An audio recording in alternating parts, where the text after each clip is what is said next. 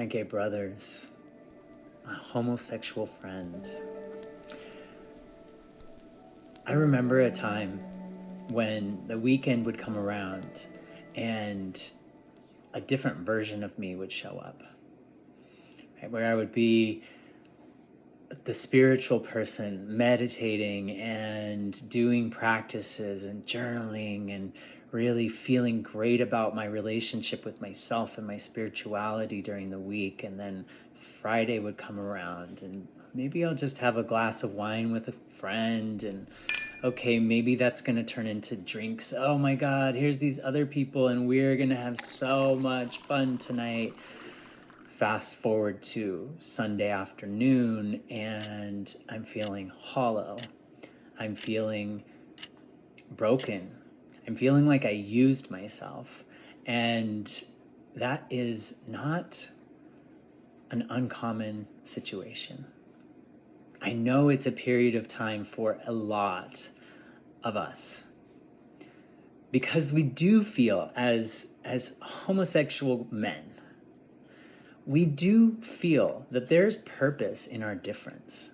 I know so many of you feel that there's a reason that I'm here and that I see the world differently than the majority. And I know that there's gifts here, and I'm so inclined to explore those things. And at the same time, I have compulsions that move me to do things that I don't really want to do, but I can't help it. That transitionary time can be so disconcerting because maybe our friends don't totally understand where we're headed, or we have new friends that don't totally understand the old life, and we're stuck in that tension between the two. It's more painful than being in the place where we don't know what we're doing. When we do know what we're doing, whew. So, what's the solution? First, compassion. A lot of compassion for yourself, because the compulsions are happening not because you're a bad person, not because you should be ashamed, not because homos are just fucked up people. It's because there are things that have yet to be healed or revealed. And with time, they will be.